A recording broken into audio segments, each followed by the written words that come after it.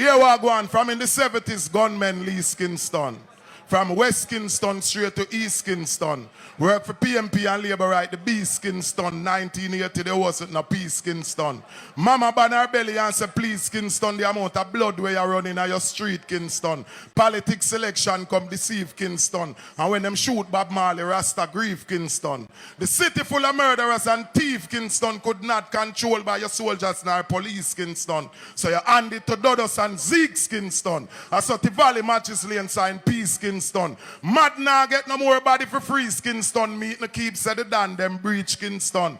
Get rid of Dodos and Zeeks Kingston. I saw this big incursion come reach Kingston. Spanish Town have you see them blasted disease Kingston. And Moby you catch your symptoms when you sneeze Kingston. Westmoreland farmer turn gunman enough food now reach Kingston. Clarendon say give thanks to the badness them achieve Kingston. Linstead full of your nephew and your niece Kingston. But any day I hear say ISIS lease Kingston I just pack my bags. Acknowledging that we have sinned against the people of Jamaica. We have sinned against our fellow man. We have sinned against the children, the youth, and the unborn. We have sinned against the poor and the weak and the elderly and the sick. We have sinned against the free and the imprisoned.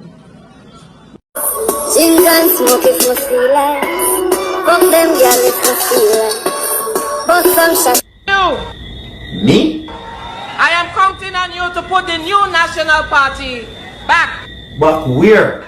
Back into this government. Why? So that we can continue to suffer. To serve you. Move your blood. Drink and smoke if you feel like. Fuck them girl if you feel like. But some shot if you feel like. Indigenous people originating with African slaves and the Tainos who escaped oppression by fighting a resistance against the oppressors that were trying to enslave them. And they successfully fought for their freedom and signed 2 treaties in the 1730s, the Western and the Eastern Maroons, the Leeward and Windward Maroons. Ever since then, they have coexisted very happily with the rest of the Jamaican society, but within their own Maroon lands, they have some autonomy. The autonomy that respects their culture, preserves their heritage and their way of life. We need to encourage the government not to engage in any kind of aggressive, antagonistic dialogue in the public sphere with the Maroons. That isn't helping the situation. Invite them to the table, hear what their concerns are, and work out solutions that respect their rights under the UN Declaration that protects the rights of indigenous peoples. We haven't had a problem like this before, then there's no need to create a problem. They are concerned about their customs, which must be respected, their heritage, which we always, every year, acknowledge with the celebrations, and their way of life on the lands that they occupy and that were granted to them by the treaty that they signed, having fought for it in the 1730s. So, what are their main issues? One of their issues is to do with environmental protection of the lands, especially the Coptic country.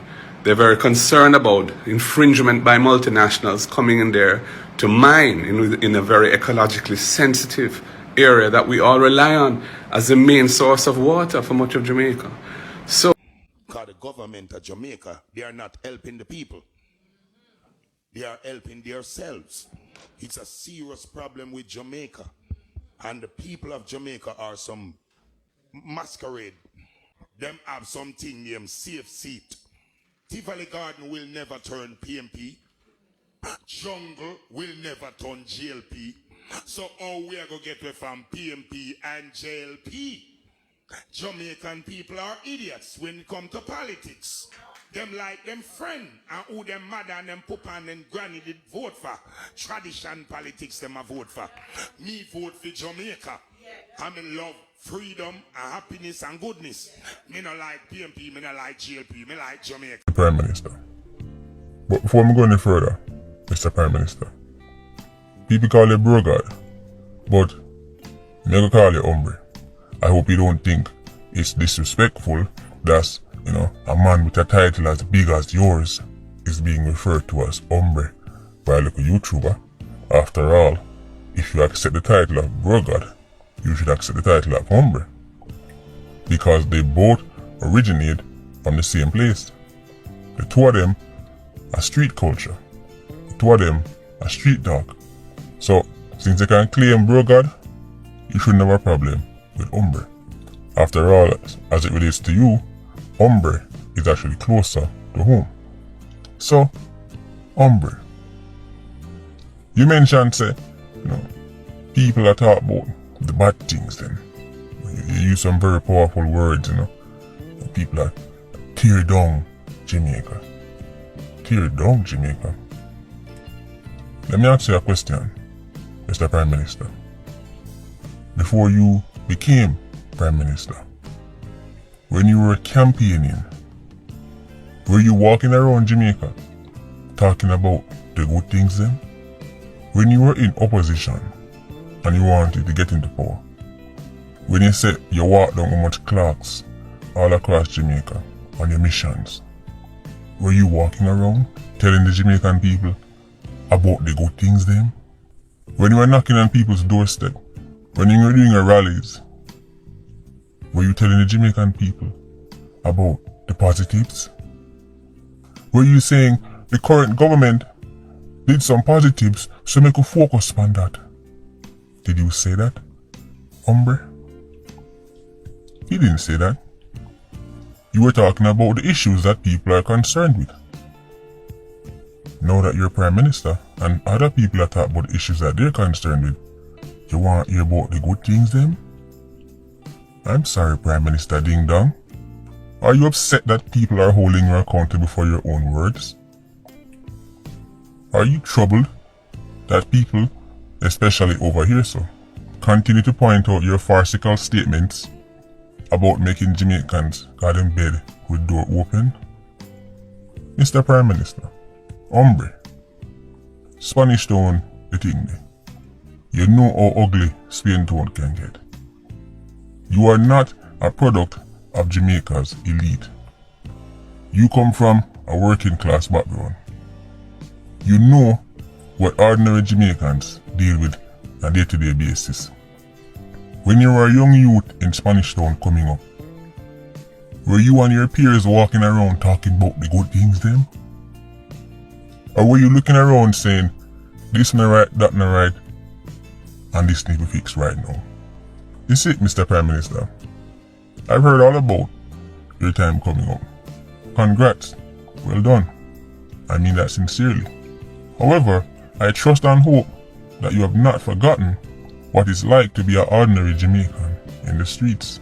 You see, now that you travel around with 24-hour security, police, north, south, east and west surrounding you, I hope the constant feeling of safety haven't make you lose touch with the people. Mr. Prime Minister, hombre, Jamaica continues to top murder charts. You mentioned, this quarter we saw some economic growth. You are an educated man. But even if you weren't, you would still know, when it comes down to human beings, safety is first and foremost. Your party talk about prosperity. PNP talk about progress. However, neither of them things mean nothing without safety and security. What is prosperity without security? If every single Jamaican walking around Ireland was to suddenly get $1 million US in their bank account and a free Ferrari, it wouldn't mean nothing if they're afraid to drive the Ferrari and spend the money. You see, people of Jamaica, when a politician come out and tell us, to talk about the positives, upon the good things them, that is a fancy way of saying, ignore my failures. And that would be blood clot,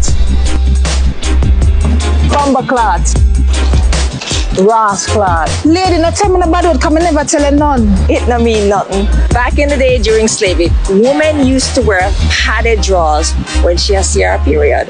This piece of cloth was known as the blood cloth. Them say, go put on your drawers. But when the ladies would wash and hang them to dry, the plantation owner would get upset and yell, "Move your blood clot." And from this, these words became associated with cursing. So if you never know, now you know.